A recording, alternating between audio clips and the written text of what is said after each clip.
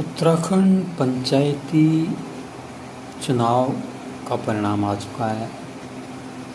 यद्यपि इस बार जो पार्टी थी उनके सिंबल किसी भी प्रत्याशी को नहीं मिले थे, लेकिन जो पार्टी समर्थित प्रत्याशी हैं वो बहुत जगह में खड़े हुए थे और उसमें यहाँ तक कि जो सत्ताधारी दल है भारतीय जनता पार्टी, उसके समर्थित उम्मीदवार भी बहुत ज़्यादा संख्या में खड़े थे और उनके पीछे पूरा धन बल ताकत जो है शासन ने लगाया हुआ था।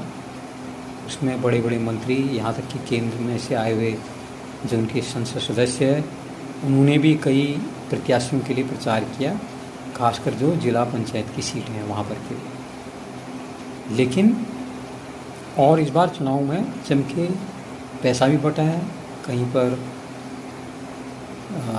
जो शराब वराब है ये बांटना वो खिलाना वो भी हुआ है।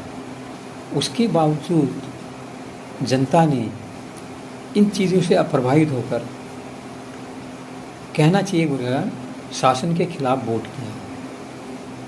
तो ये कहीं न कहीं अगर ये रोष को धामी सरकार अगर नहीं पढ़ पाएगी तो ये बहुत खेद की बात होगी। अभी 2 साल और हैं विधानसभा चुनाव होने में, लेकिन जिस तरह से जो चुनाव के परिणाम आए हैं वो निश्चित तौर पर जो सत्ताधारी दल है उसके लिए चिंता का सबब होनी चाहिए और साथ में जो कांग्रेस पार्टी है उसके लिए एक शुभ संकेत होना चाहिए, क्योंकि उनको ये समझना चाहिए जनता यहाँ पर अभी सत्ताधारी दल से असंतुष्ट है और जो उनके अंदर जो गुटबाजी है कांग्रेस पार्टी के अंदर उसको उनको ध्यान देना चाहिए, उसका समय रहते निराकरण करना चाहिए। तो 2027 के चुनाव में कांग्रेस भी वापसी कर सकती है, इसमें कोई शक नहीं है।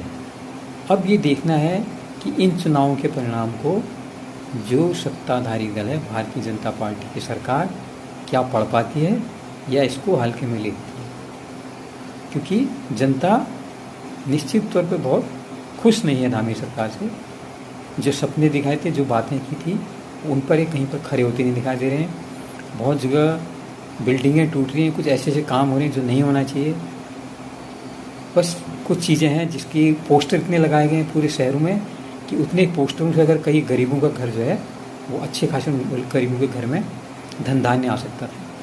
तो उम्मीद है तो जो धामी सरकार है इन चुनावों के परिणाम को पढ़ने में सफल हो पाएगी अगर उसको आगे चुनाव जीतना है। नमस्कार।